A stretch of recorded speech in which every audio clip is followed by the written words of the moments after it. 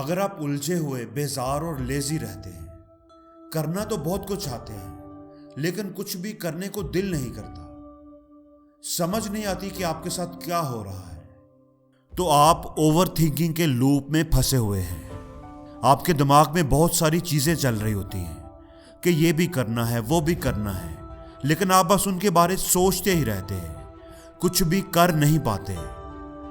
और इसी तरह सुबह से शाम और शाम से सुबह हो जाती है।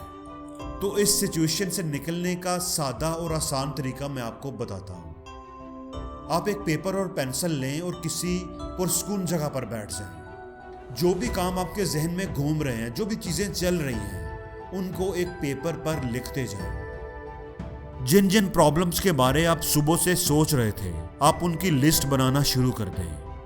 आप ये काम करना शुरू करेंगे तो आप देखेंगे कि आपका माइंड क्लियर होने लगेगा।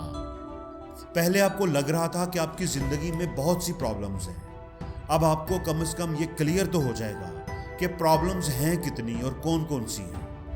अब जो भी लिस्ट आपने बनाई है उसमें जितने भी काम हैं, 2, 4, 10, आप उनमें से एक काम को पकड़ें और उसे शुरू कर दें, करना शुरू कर दें, पूरे फोकस और पूरी कंसंट्रेशन के साथ। जब आप ये करना शुरू करेंगे तो आपके जहन में सोचें आएंगी कि फलां काम भी बड़ा इंपॉर्टेंट है, फलां असाइनमेंट भी रहती है, फलां काम भी अभी करना है।